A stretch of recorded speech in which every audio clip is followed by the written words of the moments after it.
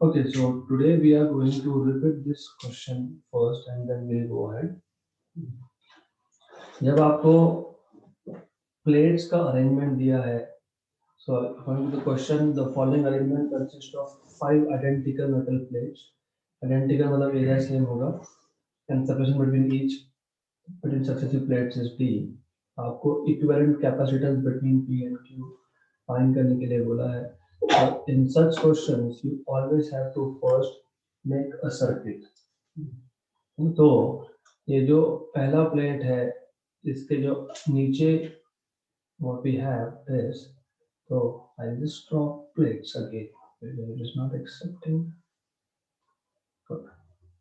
So plate number one,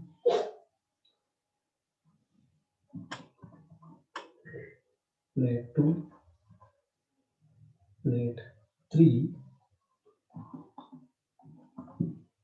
plate four, and let us put a plate five here. तो ऐसा हमारे पास पांच plates है. Okay, so before you start solving such questions, you need to first get circuit. वो कैसे करते हैं? अब बहुत इजी है. According to the question, पहला और fourth plate they are connected. Second plate is going to P point, and third and fifth they are connected to Q. Right. So let us give numbering first. Inner surface of first plate को number 1 दे दिया, number 2, number 3, 4, 5, 6, 7 and 8. Right. Outer plates को हम लोग नहीं करते numbering and all. Why? Because outer plates are normally grounded and there is no charge on the outer plates. पहले तो ये पता होना चाहिए. अब to draw equivalent circuit, what you should know is P और Q के बीच में आपको equivalent निकालना है. तो यहाँ पे P point, यहाँ पे Q point मान लो. This is Q, this is P. As you can see, P is connected to 2 and 3. So P is connected to 2 and 3. 2 और 1 के बीच में एक कैपेसिटर, 1 और 6 they are connected, 6 and 7 मतलब है ना, 1 6 और 7 के साथ कनेक्टेड है. राइट, मतलब 1 नंबर प्लेट यहाँ पे ऐसा आएगा, 6 and 7 more or less like this. 6 और 5 में एक कैपेसिटर है, 7 और 8 में एक कैपेसिटर है. राइट, और 5 और 8 they are connected to Q, मतलब they are connected to Q, something like this. And lastly 3 और 4 में एक कैपेसिटर है and 4 is connected to Q. ये बन गया आपका सर्किट. P से स्टार्ट किया. P 2 और 3 प्लेट के लिए कॉमन है, तो 2 और 3 प्लेट के लिए कॉमन है. 2 और 1 में एक कैपेसिटर है, 2 और 1 में एक कैपेसिटर है. 1 ये एक वायर से 6 और 7 को कॉमन किया है, तो 1 ये 6 और 7 ऐसा एक कॉमन किया है. राइट, 6 और 5 में एक कैपेसिटर है, 7 और 8 में एक कैपेसिटर है. Right, correct. और फिर उसके बाद ये जो 5 और 8 है ये Q से कनेक्टेड है, ये Q से कनेक्टेड है. राइट, देन 3 और 4 में एक कैपेसिटर है और ये Q से कनेक्टेड है. बन गया equivalent circuit. Good. Now you already no that according to the question, area of each plate and distance between successive plate is same. मतलब ये सारे के सारे कैपेसिटर्स जो है they are having the same value C, C, C and C. और ये आ गया आपका कैपेसिटर C between 2 and 1. ये जो कैपेसिटर है these two are in parallel. मतलब मैं इन दोनों को हटा के एक 2C कैपेसिटर लिख सकता हूँ क्योंकि पैरेलल कॉम्बिनेशन में एडिशन होता है C plus C. तो you will have a 2C capacitor here. Good. और ऑफ कोर्स नीचे एक C कैपेसिटर है, ये Q पॉइंट है, ये P पॉइंट है. करेक्ट. अब ये C और 2C सीरीज में है तो I can remove this and I can replace this by CS 1 C into 2C upon C plus 2C series combination. मतलब 2C square by 3C मतलब 2C by 3.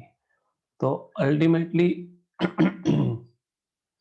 what we can do is P में एक यहाँ पे this is 2C by 3 and this is C, 2C by 3 and this is C here, this is Q capacitor.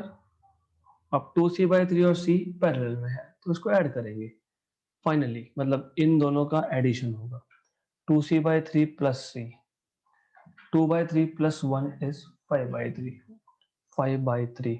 और क्योंकि सब में air ही था तो 5 by 3 A epsilon 0 by D, option number D. Correct. तो this is how you are suppose to solve this kind of problems. Easy है ये. Now as I told you earlier कि जब एरिया डिवाइड होगा तो parallel, जब distance divide होगा तो सीरीज. तो यहाँ पे this capacitor C1, C2 and C3 ये डिस्टेंस है D, है ना. और यहाँ पे ये बाउंड्री आपको बता रहा है कि you are dividing area A/3 A/3 A/3. मतलब C1, C2 और C3 जो कैपेसिटर है, these three capacitors are in when area is divided, capacitors are in parallel. So C1, C2, C3 they are in parallel. Why series? C1, C2, C3 you are getting confused because देखो मैं ऐसा करता हूँ ये एक plate, ये दूसरा plate, ये ऊपर का टर्मिनल, ये नीचे का टर्मिनल. अब सबसे पहले I am putting a plate here. मतलब these two are in series क्योंकि मैंने डिस्टेंस को डिवाइड किया, डिस्टेंस d/2 हो गया. Now I am putting plates here and I am dividing area in 3 equal parts A/3 A/3 and A/3. तो ये जो कैपेसिटर बनेगा C1, C2 और C3 they will be in parallel, right? And this parallel combination of C1, C2 and C3 will be in series with C4. तो ये जो capacitor है इसको मैं C4 बोल देता हूँ. ये A पॉइंट, ये B पॉइंट, तो A point and B point. Clear यहाँ तक? इजी है. अब आप पहले C1 निकाल लो. What is C1? You should know C1 is A epsilon 0 K, क्योंकि एरिया 3 में डिवाइड है 3 D बाय 2 करेक्ट. वहां पे लिखा भी है बाय 2 इंटू K1. तो ये आपका आ जाएगा, this is 2 by 3 A epsilon 0 by D और K1 की value 3. Cancel. So 2A epsilon 0 by D. Similarly, C2 will also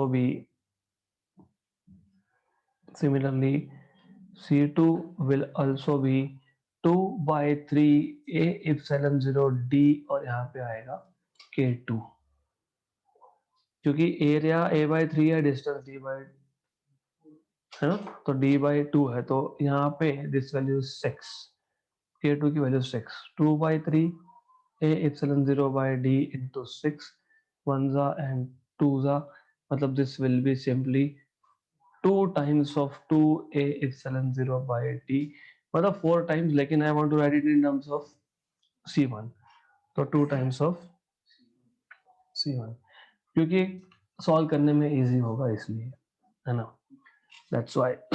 And similarly for C3 will be again 2/3 a epsilon 0 by d into K3 और K3 यहाँ दिख नहीं रहा है because है उसके ऊपर लिख दिया मैंने, तो दैट इज 9, तो ये आएगा आपका 9, तो 2/3 a epsilon 0 d by 9 1 3 6 6 है ना, पर मैं 6 नहीं करना चाहता, 3 times of C1.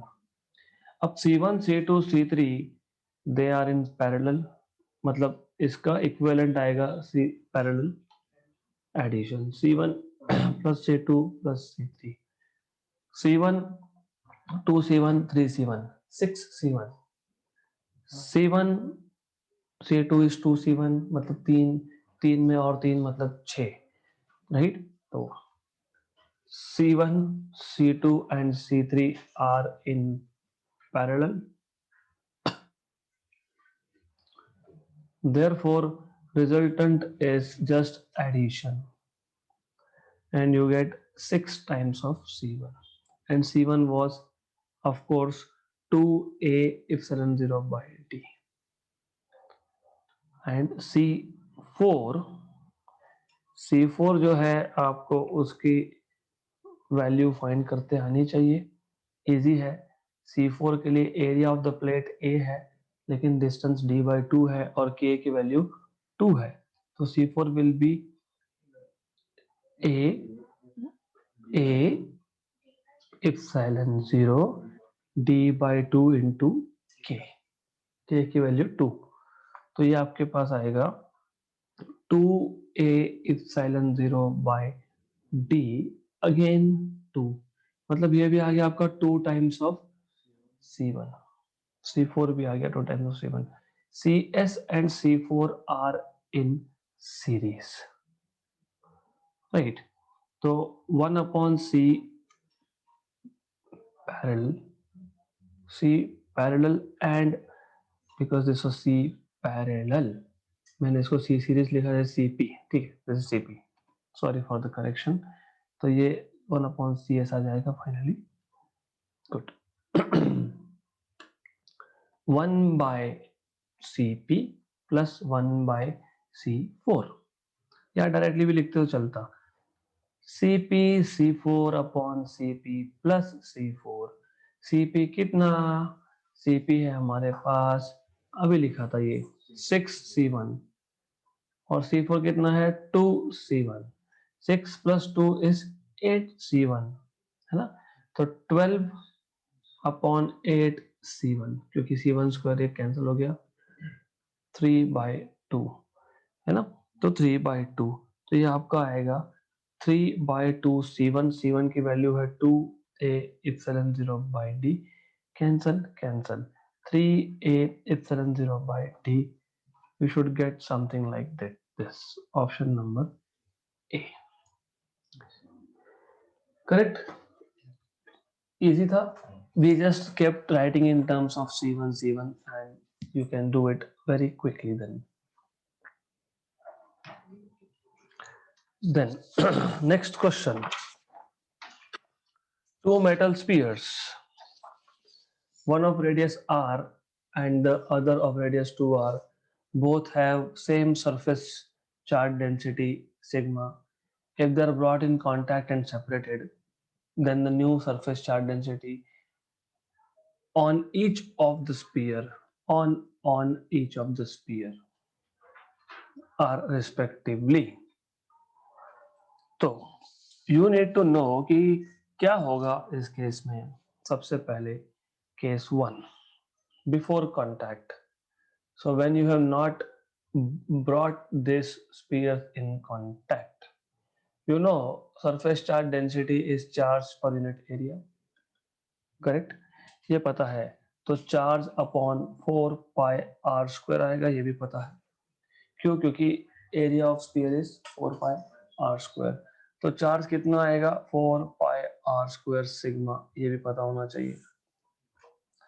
देन इसका मतलब charge on the first sphere will be 4πr² sigma, and on the second sphere is 4π 2r का स्क्वायर, 2r का स्क्वायर मतलब 4r² सिग्मा, है ना, 4r² सिग्मा, क्योंकि r2 कितना है? 2r है, उसका स्क्वायर कितना है? 4r² into 4, 16, right. तो anyways I am not going to write 16 क्योंकि मैं सिर्फ 4 को अलग कर लूंगा।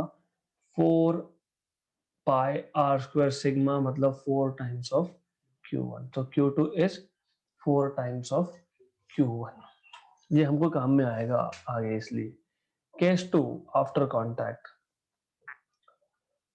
What happens when you bring two spheres in contact? What happens?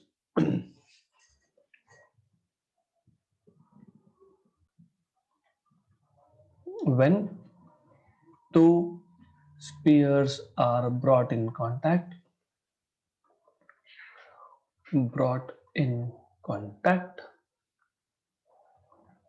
charges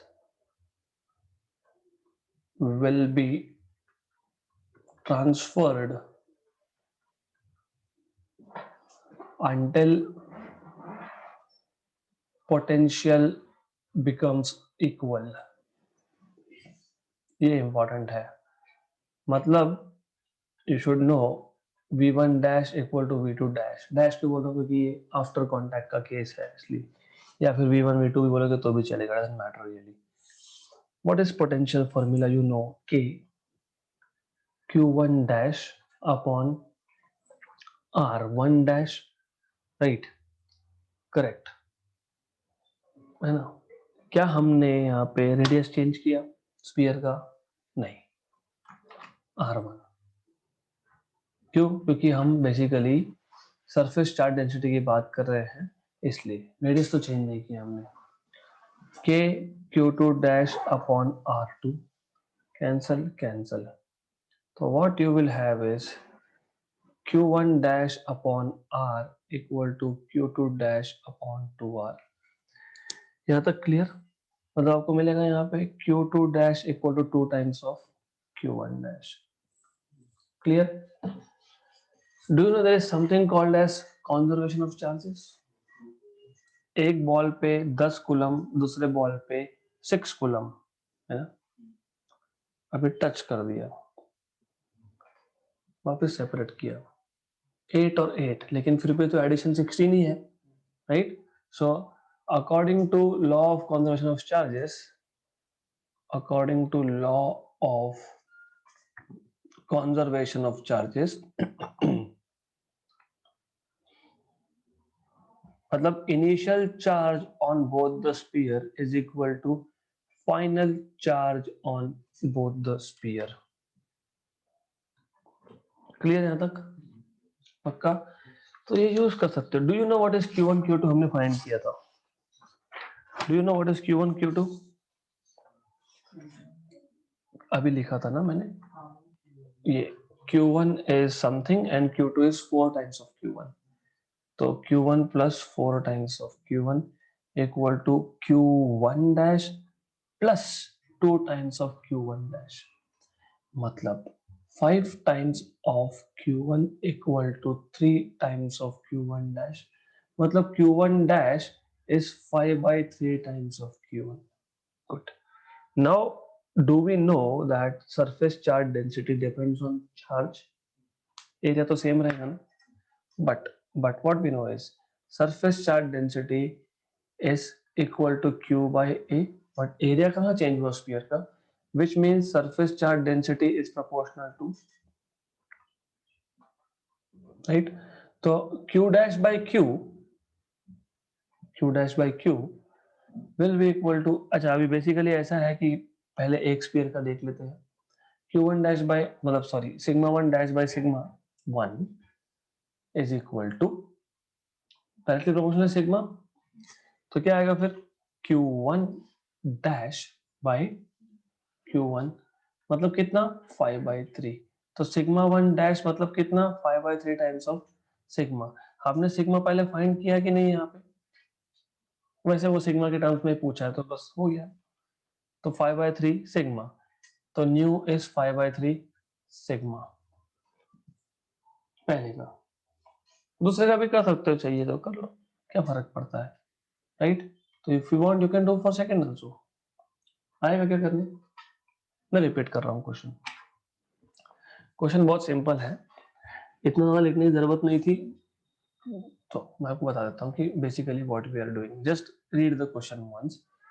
एक का रेडियस r है, दूसरे का 2r है, दोनों पे इनिशियल सरफेस डेंसिटी सेम है। अब आप दोनों को कांटेक्ट में ला रहे हो, फिर सेपरेट कर रहे हो, मतलब सेम डिस्टेंस पे रख रहे हो।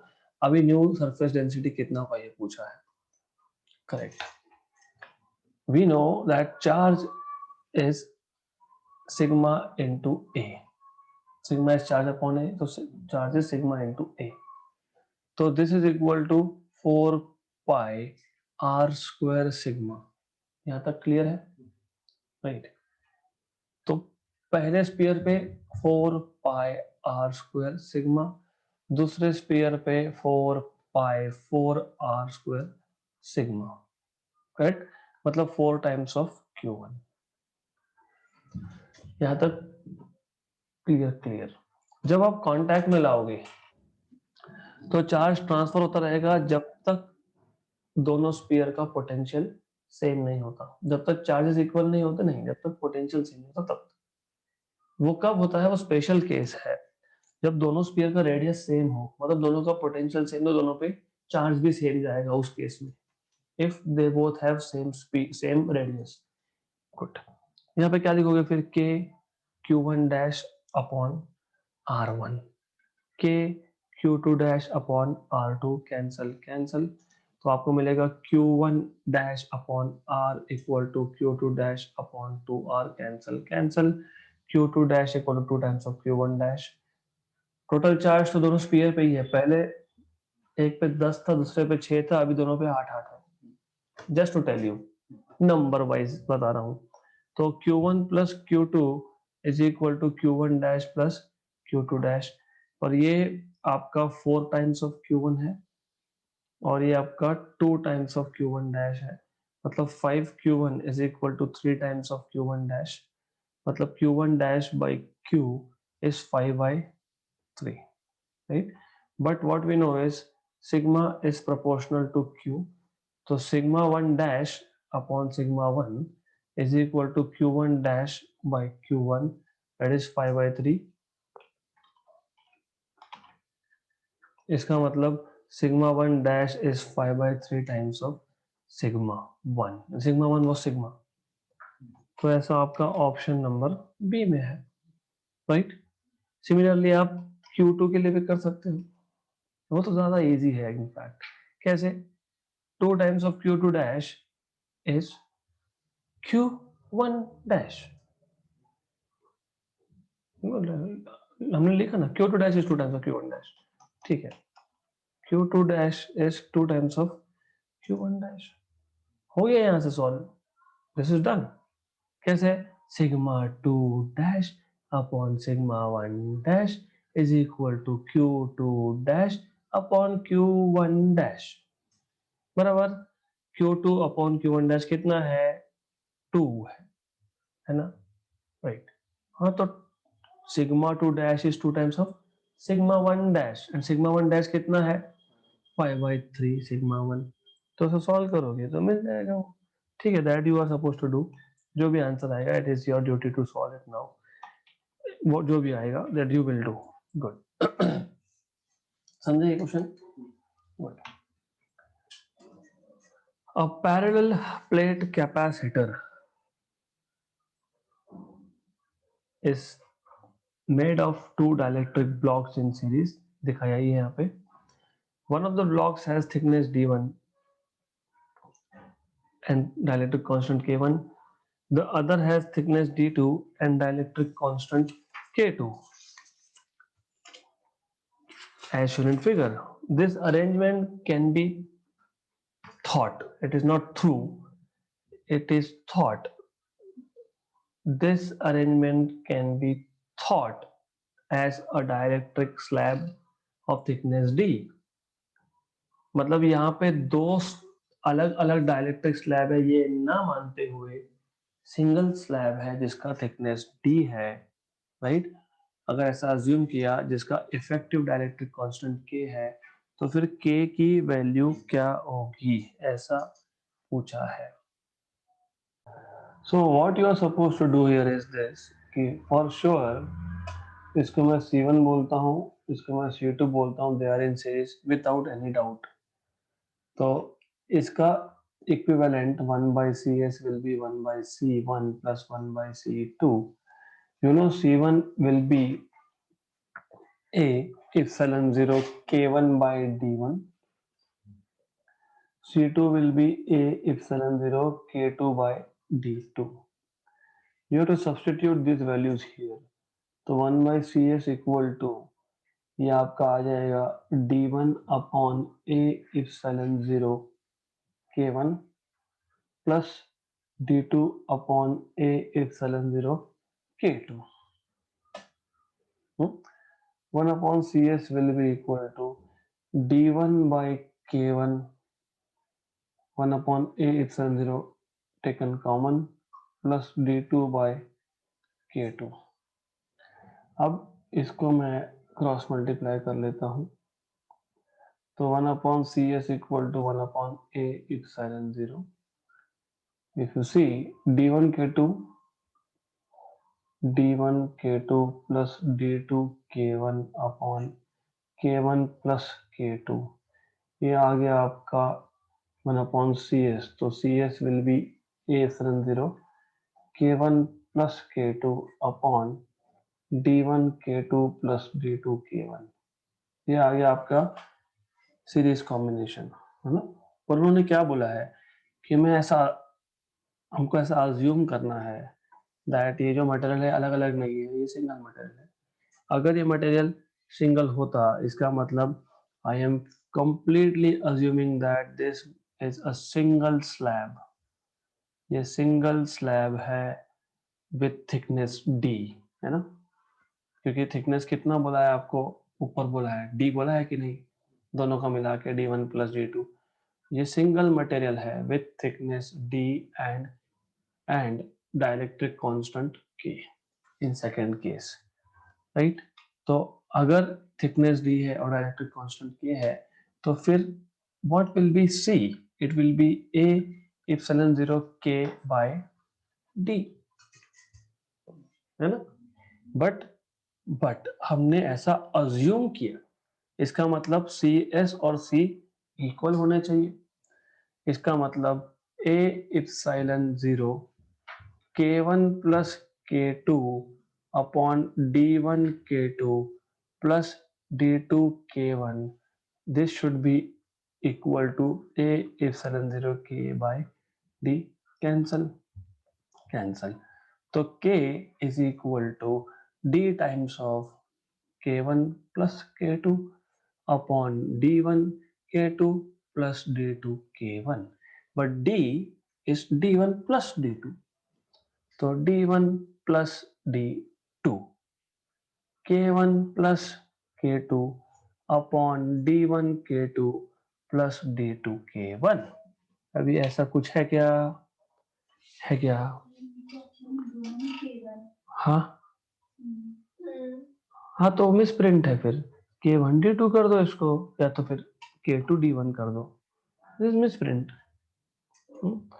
तो ऐसा ऑप्शन तो कहीं मिलेगा। अभी ये क्रॉस मल्टीप्लाई करते हुए मैंने गड़बड़ कर दी क्योंकि यहाँ पे ये मल्टीप्लाई होगा, this is going to be multiplied, okay. तो दिस इज मल्टीप्लाइड हो गया सॉल्व। वो मैंने गलती से प्लस प्लस लिख दिया हूँ instead of putting x x, good, समझे? This question was simple. आपको पहले सीरीज कॉम्बिनेशन निकालना है, फिर बोलना है नहीं नहीं ये सीरीज नहीं मानेंगे, हम बोलेंगे सिंगल स्लैब है विद कांस्टेंट के थिकनेस डी, दोनों को इक्वेट कर दोगे, you have your answer. And this is repeated, and this is repeated as well, and this is also repeated. So we are here now at 11th number question. मतलब ये set 2 में आ गए हम लोग, बेसिकली सेट 1 इज डन। तो set 2 के जो पहले 10 क्वेश्चंस थे वो या तो सेम या सेम टाइप के थे, तो मैंने स्किप कर दिए, okay, because we have less time, we want to finish everything today. So a particle of mass 10 power minus 3 kilogram and charge 5 microcoulomb is thrown at a speed of 20 meter per second.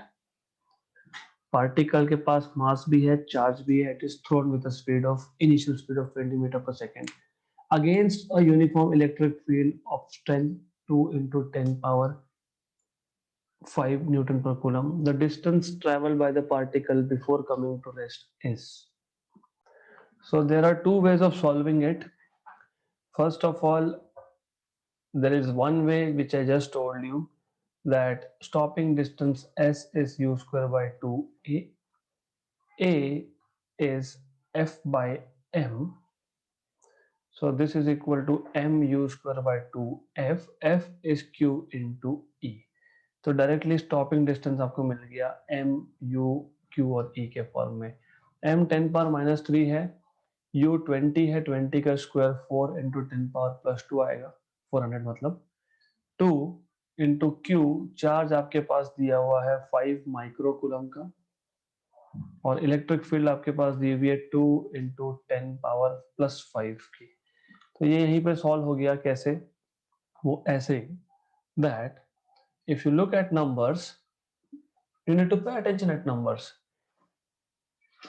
2 minus 3 minus 1, ऊपर minus 1, 10 power minus 1, ठीक है, नीचे ये 10, 5 into 2 is 10, 10 power 5, 10 power minus 6, मतलब ये और ये तो कैंसल ही हो गया, 1 जा 2 जा, तो 2 into 10 power minus 1 that is 0.2 metre.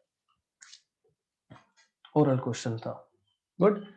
अगर आपको, of course this is easy, but you can also do, कर सकते हो, पहले फोर्स निकाल लो Q इंटू ई। Q कितना है? 5 माइक्रो कूलम। E कितना है वो दिया है आपको, 2 इंटू 10 पावर 5, मतलब फोर्स आ गया 1 न्यूटन इन शॉर्ट। फिर एक्सेलरेशन कैसे होता है? Force upon mass. फोर्स कितना है? 1, मास कितना है? 10 पावर माइनस 3, मतलब कितना आ गया? 10 पावर प्लस 3। फिर वापस से आप बोलोगे u square equal to u square minus 2as, but v तो 0 है, तो आप इसको सॉल्व कर सकते हो। फिर ultimately you will get s equal to u square by 2a। U square is 2, 20 का square is 400 upon 2 into a is 10 power 3। Good, 1 जा 200 जा, तो 200 अपॉन 10 पावर माइनस 3 मतलब 0.2 मीटर। तो जैसे आपको चाहिए वैसे। I prefer doing it because numbers involved are so simple here, so I prefer doing it the second way, क्योंकि यहाँ पे कहीं ना कहीं कैलकुलेशन में गड़बड़ कर दोगे तो फिर मुश्किल होगा। अगर do it the way you want to do it, it's simple. An electron initially at rest u equal to 0 falls a distance of 1.5 s 1.5 centimeter in uniform electric field of magnitude 2 Newton per 4 Newton per coulomb. The time taken by the electron to fall this distance is. So electron was initially at rest, let us say here. It starts falling against, तो electric field का direction क्या होता है? Positive से negative, है ना?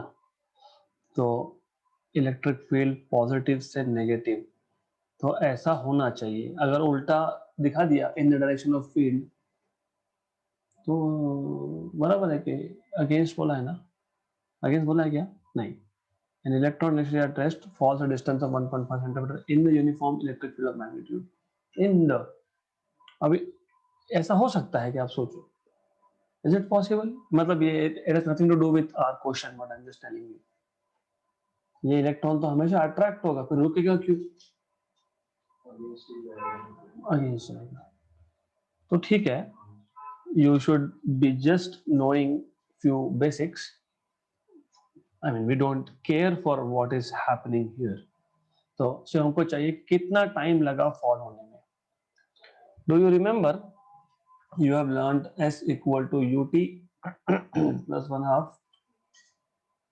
u0 है तो half at square, तो t square equal to 2s by a, मतलब t is equal to under root of 2s by a, but you remember a is f by m, force upon mass, correct?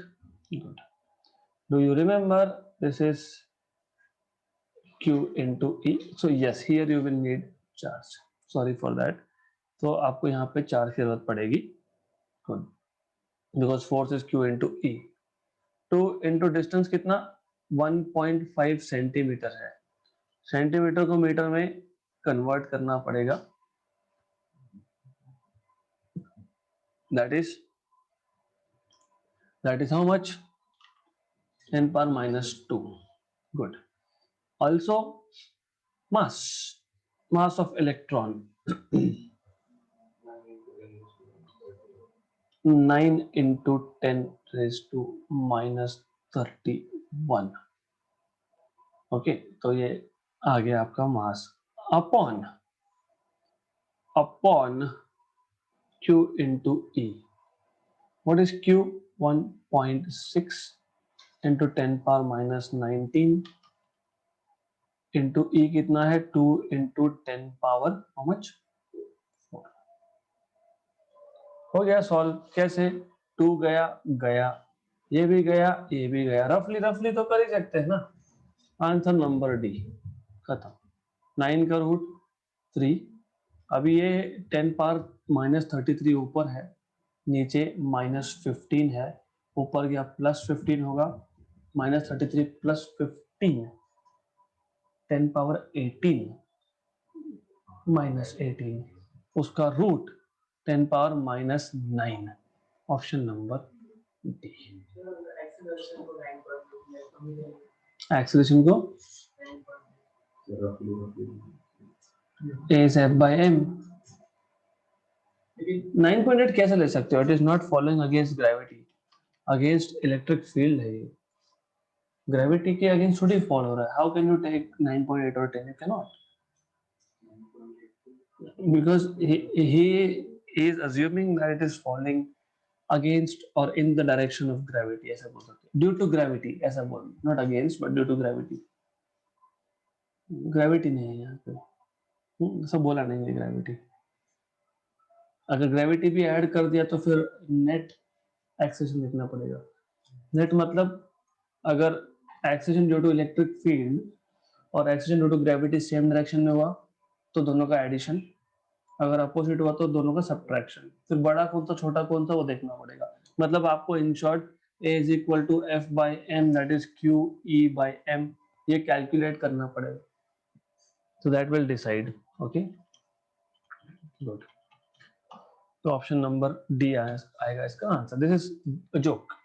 Dimensional formula for electric intensity is, you already know electric intensity, आपको पता है force upon charge, right? आपको force पता है m1 l1 t minus 2. This is current into time, क्योंकि current is charge upon time, तो charge is current into time. तो ये आ गया m1 l1 t raise to 1, एक नीचे है, ऊपर जाएगा -1 t minus 3. करंट मतलब ampere, a raise to -1. m1 l1 t minus 3 a minus 1, option number C.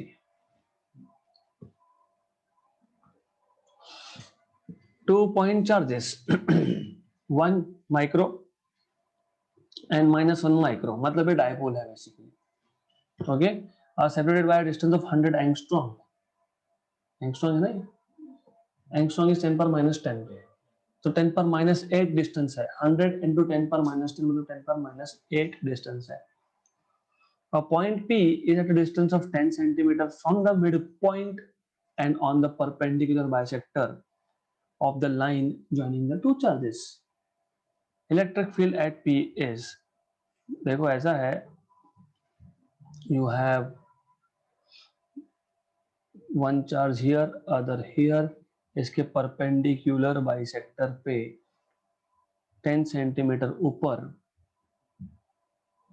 right? By the way, actually in reality what you should be doing is, in reality ये बहुत छोटा होगा क्योंकि इस, you know, I mean it is 10 power minus 8, तो ये ऐसा है डाइपोल. गुड. एंड यहाँ पे एक पॉइंट P है जो 10 सेंटीमीटर पे है, तो इस P पॉइंट पे what is electric field, potential पूछा होता तो 0 0. इक्वेटोरियल लाइन पे potential due to dipole is 0, right. और एक्सियल लाइन पे P cos थीटा, वो इलेक्ट्रिक फील्ड की बात कर रहे हो आप. 1 by 4 pi epsilon 0 P cos theta by R square is dipole. Electric field is 2P upon 4 pi epsilon 0 R cube. अगर आपको याद नहीं तो मुझे याद दिलाना पड़ेगा. कैसे दिलाना पड़ेगा? I need to show you few examples or something that I told you in theory and we took examples as well. वो कहाँ किया था? I'll have to find it out for you because it is important for you to know. ये electric dipole का equator axis dipole का potential और dipole का electric field भी कहीं तो हमने मेंशन किया है. आई रिमेम्बर वेरी वेल कि आपके ही क्लास में इस सेशन में समवेयर वी सॉल्व, मैंने बताया भी था electric field at equator is half of axial या फिर twice of axial. वो आपको देखना है because you are supposed to remember all this. Where did we do it? Somewhere, I don't know where, but we did it. So I want you to know such formulas. जब तक वो मिलेगा नहीं तब तक हम आगे नहीं बढ़ने वाले हैं because I want you to know. नहीं, yes, ये फोर्स का है. ये आ गया आपका इलेक्ट्रिक फील्ड का एक्सिस और इक्वेटर का 1/4π0 distance upon P upon distance का क्यूब. ये होता है इक्वेटोरियल लाइन पे, राइट. इक्वेटोरियल लाइन पे, एक्सियल लाइन पे सिर्फ 2 से मल्टीप्लाई होता है, राइट. गुड. तो ये आपको पता होना चाहिए. तो we were somewhere over here. तो electric field 1/4 pi epsilon 0 P, ये P और ये P अलग है. ये P डाइपोल मोमेंट है, that is charge into 2L, where 2L is distance between these two charges, upon distance का क्यूब, ये डिस्टेंस है R, इसका क्यूब, राइट. तो फॉर्मूला पता होगा तो इजी है. 9 into 10 power 9. Charge is 1 microcoulomb. 2L distance is 10 power minus 8. 100 angstrom is 100 into 10 power minus 10, मतलब 10 power minus 8. Upon R is 10 centimeter. 10 centimeter is 10 power minus 1 meter. 10 centimeter is 10 power minus 1 meter. उसका cube, right. तो ये आ गया आपका 12 plus में 10 power 9 और नीचे -3 प्लस, और 14 माइनस में 12 minus 14 minus 2, 9 into 10 power minus 2, 0.09 Newton पर कूलम। Option number D. सिर्फ फॉर्मूलाज इक्वेटोरियल लाइन पे है, इसको 2 से मल्टीप्लाई करोगे तो एक्सियल लाइन पे मिलेगा, करेक्ट। तो if you don't know formula you will lose free marks. This is free. Next question. Two charges plus minus 20 microcoulomb are placed 10 mm apart. मतलब distance आपको r 12 बता दिया। 10 mm 10 into 10 power minus 3 मतलब 10 power minus 2 metre बता दिया। Electric field at point P on the axis 10 centimetre मतलब r की value वापस से 10 पावर माइनस 1 मीटर है ना। गलत है, क्वेश्चन अच्छे से पढ़ो। क्या बोला है क्वेश्चन में? ये बोला है the electric field at a point P on the axis of dipole 10 centimetre away from its centre. फिर ठीक है ना, फिर ठीक है, क्योंकि अगर आपको फ्रॉम पॉजिटिव चार्ज बोलते हाँ तो ये L ऐड होता उसमें, तो but they are telling you ठीक है फ्रॉम सेंटर, तो ये 10 पावर माइनस 1 मीटर। अभी एक्सियल लाइन पे इलेक्ट्रिक फील्ड मैंने अभी अभी बताया कि मतलब 1/4 to P where P is dipole moment मतलब Q into 2L upon distance का क्यूब। तो 9 into 10 power 9 into 2 into 20 micro मतलब 10 power minus 6 to L is 10 power minus 2 upon distance is 10 power minus 3, right. तो ये question तो कुछ solve करना ही नहीं पड़ेगा, ऑप्शन नंबर सी आएगा। क्यों? 9 टू जा 18 टू जा, बस खत्म, तो 3.6 आएगा, राइट। और बाकी के पावर एडजस्टमेंट करते बैठो, आपको करना होगा तो obviously it is easy because it's 10 power 10, उसमें से 8 गए, 2 बचे, ऊपर 3 आएगा, माइनस 3 ऊपर आके प्लस होगा तो 5 है ना। तो 36 इंटू 10 पावर 5 मतलब 3.6 इंटू 10 पावर 6, राइट, क्लियर। और अगर गलती से ये 2 नहीं लिखते तो फिर ऑप्शन देना चाहिए था, तो I would have written something like 1.8 into 10 power 6, क्योंकि 2 नहीं आएगा तो फिर you are finding it out at equatorial line. A dipole of electric dipole moment P is placed in a uniform electric field of strength E if theta is the angle between the positive direction of P and E, then the potential energy of the electric dipole is largest when theta is equal to. I have already told you what is potential energy of electric dipole in an external electric field. So you are supposed to solve this now. So this question was done in theoretical part when we were looking at dipole in an external field. It is here. Good. तो when I told you this कि हमारे पास एक dipole है, dipole जब electric field में होगा तो एक चार्ज पे जो फोर्स लगेगा that is from left to right, दूसरे पे राइट टू लेफ्ट, तो इट स्टार्ट्स रोटेटिंग, हमको इसको रोटेट नहीं होने देना है, तो एक्सटर्नल टॉर्क अप्लाई करना पड़ेगा।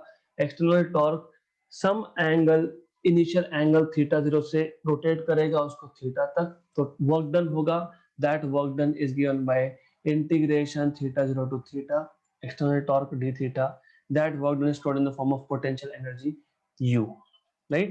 तो इंटीग्रेट करोगे, सब सॉल्व करोगे आप, तो आपको पोटेंशियल एनर्जी का फॉर्मूला मिल जाएगा U equal to P E cos theta 0 minus cos theta. ये है आपका basic formula, p E cos theta 0 minus cos theta, correct. फिर मैंने बताया था आपको, ये बताया था ये if theta 0 is 90, initial angle perpendicular है, कौन? डाइपोल मोमेंट, किसको? इलेक्ट्रिक फील्ड को। तो अगर अगर परपेंडिकुलर नहीं है, पैरेलल है, मतलब इलेक्ट्रिक फील्ड भी ऐसा है, और डाइपोल का डायरेक्शन क्या होता है by the way? Negative charge to positive charge, मतलब इनिशियल एंगल 0, तो cos 0 1, राइट। अब मैं इसको एग्जैक्टली इसको मैं उठा के एक काम करता हूं, पहले मैं इसको मूव कर देता हूं। I don't want this to interfere, neither this. अब जब थीटा 0 0 है, इसको मैं उठा के 180 से रोटेट कर रहा हूं, तो cos ऑफ थीटा, ये थीटा पूछा है वहां पे, कितना है cos of 180 minus 1, 1 minus of minus, that is maximum potential energy. हाँ, तो पाई के लिए होता है वो, तो मैक्सिमम पोटेंशियल एनर्जी किसके लिए होता है? पाई के लिए होता है। Good, very good. तो I hope you have understood what I was saying. Formulas मतलब u is equal to P E cos of theta 0 minus cos of theta. तो हम नॉर्मली ऐसा अज्यूम करते हैं, अनलेस इट इज मेंशन्ड कि initially dipole is perpendicular to electric field. अगर ऐसा mention किया होगा तो ही यहाँ पे 90 लेना। क्यों लेना? लॉजिकली सोचो आप, ये हमारे पास फील्ड था, मैंने यहाँ रख दिया dipole, minus Q plus Q, क्या होगा? अरे घूम जाएगा, टॉर्क एक्ट हो रहा है। कब तक घूमेगा? जब तक ये ऐसा नहीं हो जाता तब तक। मतलब नेचुरल पोजीशन क्या है उसका? In the direction of electric field, है ना। मतलब नेचुरल इनिशियल एंगल क्या होगा? 0, मतलब cos 0 1 माइनस cos थीटा। अब मैक्सिमम एनर्जी निकालना है तो इसकी वैल्यू, थीटा की वैल्यू पाई ही डालनी पड़ेगी for you to be maximum. Theta should be equal to pi, तब जाके वो आएगा P E 1 minus of minus, क्योंकि cos पाई इज माइनस, तो 2 P E, right, pi. An electric dipole is placed at an angle of 30, मतलब अभी बताया है तुमको initial angle 30, with an electric field and of intensity 2 into 10 power 5 Newton per coulomb. It experiences a torque of 4 Newton meter. The charge on the dipole, if the dipole length मतलब minus q2 plus q का distance is 2 centimeter. Torque is Pe sin theta, right? This P is Q into 2L E sin theta. तो torque की value 4, charge की value find करनी है, 2L की value 2 centimetre, मतलब 2 into 10 power minus 2 मीटर, E की value 2 into 10 power 5, sine of 30 is half. Cancel cancel, 1 जा 2 जा, राइट। तो ये आपका आ गया Q is equal to 2 10 power 2 और प्लस 5 माइनस 3, 10 पावर माइनस 3 ऊपर जाएगा नहीं प्लस 3 सॉरी, ऊपर जाएगा 10 पावर माइनस 3, मतलब 2 milli coulomb, 2 milli coulomb, 2 milli coulomb. Option D, simple. Okay, no more simple, now onwards. These are questions from, if I am not wrong, JEE. Intentionally यहाँ दिए, if I am not wrong, क्योंकि you said long back कि NEET के जो examples है वो हम खुद ट्राई करेंगे, एंड सडनली आई रियलाइज कि आप खुद करोगे तो I should not be taking them, right. An electron is moving around the nucleus of an hydrogen atom in a circular orbit of radius r. The force F between the two is. What is force F between two charges? बताओ। K Q1 Q2 by R square. K Q1 Q2 by R square. Wait a minute. Good, good.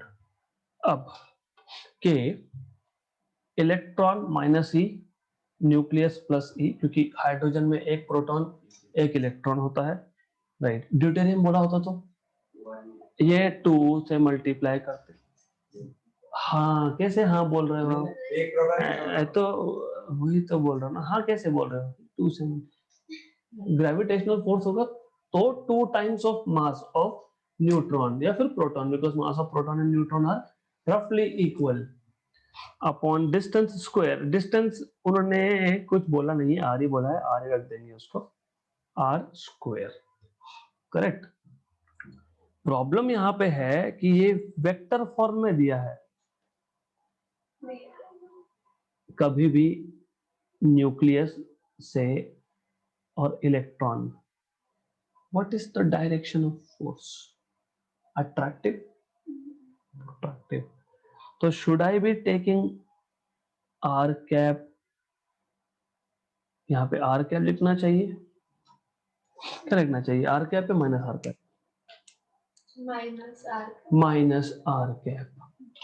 So you will be writing minus r cap. Let us say minus r cap. Wait a minute. Wait a minute. Don't be in hurry. क्योंकि आप अगर यहाँ minus लिख रहे हो और यहाँ भी माइनस लिख रहे हो तो प्लस हो गया वो, तो फिर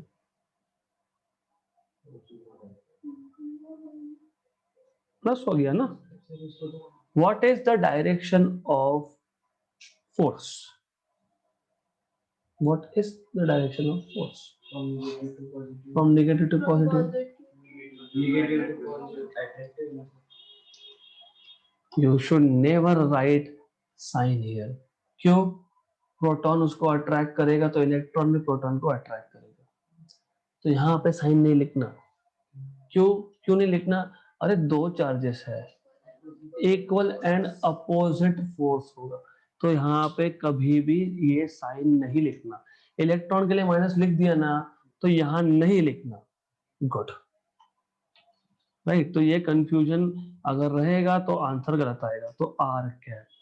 do you remember we have learned unit vectors, a vector divided by its own magnitude, right?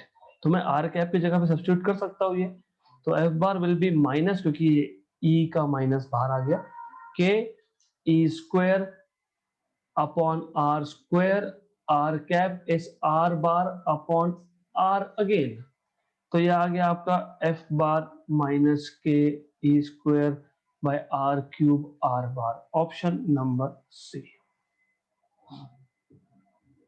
If you write minus r cap again, it will become option number D. वो भी नहीं हो सकता क्योंकि ये B होगा, क्योंकि ये r cap है। तो you need to be little careful here while doing such questions. Two positive ions, each carrying a charge q, are separated by a distance d. If F is the force of repulsion between the ions, the number of electrons missing from each ion will be. पहले तो ये पता होना चाहिए what do you mean by positive ion. Positive ion मतलब number of electrons are less compare to what were expected, मतलब ठीक है। तो I can say total charge will be number into charge on electron, right? Two positive ions each carrying a charge q are separated by a distance d. F is force of repulsion. F is force of repulsion, that is k, q1 q2, लेकिन दोनों पे same है, q square by distance का square. F is equal to k n square e square upon d square. n square is equal to f d square upon k e square. How do I know e लाना है? क्योंकि option में हर जगह पे e e e दिख रहा है, तो हम कर सकते हैं। n is equal to under root of f d square upon k e square, but k is 1 upon 4 pi epsilon 0, 4 pi epsilon 0 f d square upon e square, option number D. Right, yes, note नहीं लिया इसलिए आया problem, तो you should be taking note. दो positive ions में force of repulsion, फिर आप बोलोगे व्हाई नॉट टेक प्रोटॉन्स का force of repulsion, why only electrons, है ना, बिकॉज इफ आई से आयंस, नंबर ऑफ इलेक्ट्रॉन्स अगर n है तो अंदर n+1 है मिनिमम। व्हाट इज आयन, कम से कम एक इलेक्ट्रॉन, राइट, गुड, है ना। तो why not I take force of repulsion between nucleus, why to take force of repulsion by considering only charge on electron,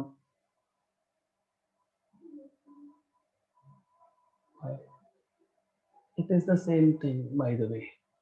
ऐसा है, अब इसको n बोलोगे तो यहाँ n-1 लोगे, फिर आप बोलोगे कि नहीं मैं तो न्यूक्लियस न्यूक्लियस के रिपल्शन की बात करूंगा, ठीक है।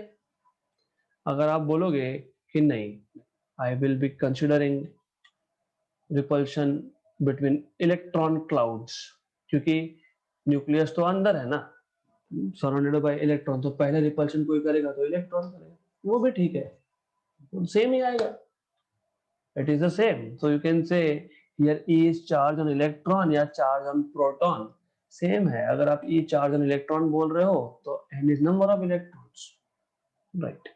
अगर आप E charge of proton बोल रहे हो तो n is number of protons, यहाँ पे ऑलरेडी बोला है E being charge on electron, इसलिए हमने n into E लिखा है, that's it, सेम आएगा।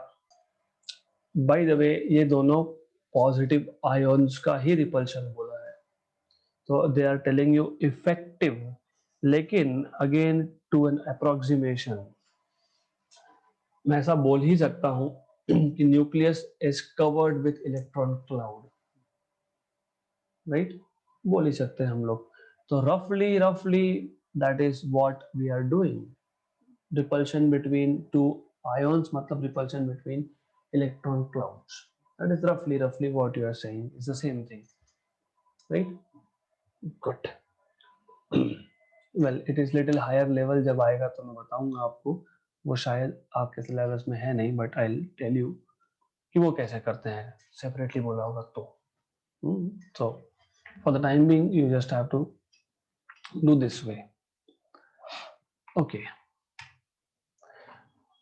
last question, but I wanted to take this question, so two pith balls carrying equal charges are suspended from a common point by strings of equal length, मतलब ये एक string है, ये एक string है और नीचे दोनों पिथ बॉल्स है, okay.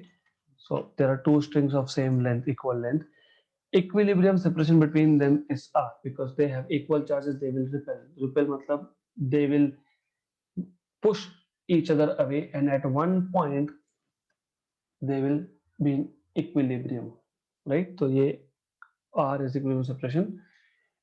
now the strings are rigidly clamped at half the height, पहले y था तो अभी उसको y/2 पे हमने clamping कर दिया है, tie कर दिया है, मतलब equilibrium separation between the balls will now become how much?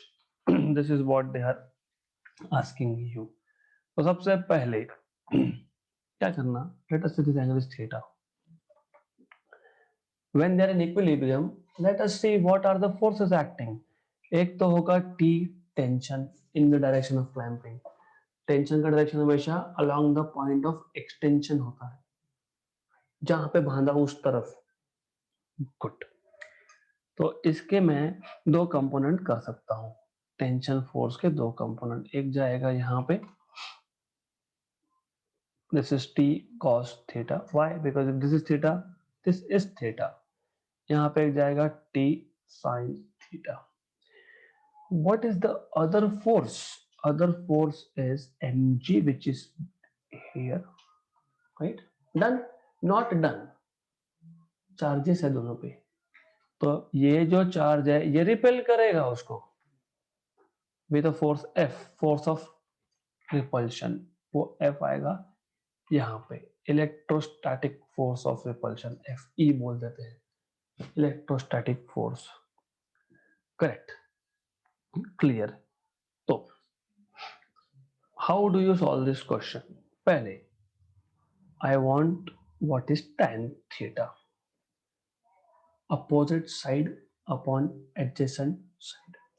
Opposite side मतलब ये आपका इतना साइड, दिस वन r/2, तो r/2 by adjacent is y। Good, तो tan थीटा इज r/2y। यहां तक there should not be any problem, right? Now from the diagram what we see is that t sine theta is balanced by electrostatic force and t cos theta is balanced by mg. If I take ratio of these two, I will be having electrostatic force upon mg, cancel, and this happens to be tan theta again. But okay, let us divide. Good, let us divide, फिर बाद में करेंगे बाकी। Equation number 2, equation number 1 अभी compare कर लेते हैं। From 1 and 2, from 1 and 2 what we can say is r/2y, r/2y is equal to electrostatic force upon mg, r/2y is equal to k, q1 q2, लेकिन दोनों पे सेम चार्ज था, isn't it? q square upon distance का square r square mg, right? What is constant? K is constant. What is constant? Q is constant. What is constant? M is constant. J is constant. 2 is constant. Y is not constant. क्यों? क्योंकि second case में y तुम change करने वाले हो, y change होगा तो r change होगा। करेक्ट, तो you will say y is proportional to r cube, right? तो y2 by y1 is r2 by r1 का cube, and you know y2 is y by 2, this is y, r2 find करना है, ये r1 है, ये cube है, ये cancel और कैंसल हो गया। 1 by 2 का cube root equal to r2 by r1, तो r2 is 1 by 2 raised to 1 by 3 times of r1, that is r। कहाँ गया ये देखो, है? गुड, तो this is 1 upon cube root of 2 into r, of course equilibrium separation will be this। तो क्या किया हमने, इक्विलिब्रियम मतलब फोर्सेस वर बैलेंस्ड। तो पहले केस में हमने देख लिया which are the forces acting. 3, tension, क्योंकि स्ट्रिंग है उस पे तुमने बॉल बांधा है, उसके ऊपर चार्ज डाला है, तो टेंशन T mg, एंड दोनों सेम टाइप के थे, तो ये जो चार्ज है ये इसको रिपेल करेगा, राइट? टी के कंपोनेंट्स टी कॉस और T sine. T sine is balancing electrostatic force, T cos is balancing mg। Divide कर दिया, tan थीटा मिल गया Fe अपॉन mg। लेकिन tan थीटा हमको करना क्या था, हमको y और r को कनेक्ट करना है, लेकिन हमको तो मिल गया tan theta Fe upon mg। हाँ, लेकिन फिगर से भी तो दिख रहा है ना tan theta is r/2y। Equate कर दिया, फिर इलेक्ट्रोस्टैटिक फोर्स का जो फॉर्मूला है वो डाल दिया, उसमें r स्क्वायर आता है डिनोमिनेटर में, तो हमको मिल गया y is proportional to r cube, मतलब r is proportional to y raise to 1/3। तो r2 by r1 is y2 by y1 raise to 1/3, तो r2 is r1 upon cube root of 2। तो ऐसा आ गया आपका option number C, right? Good. So we will stop here, and this is end of problem solving session for electrostatic.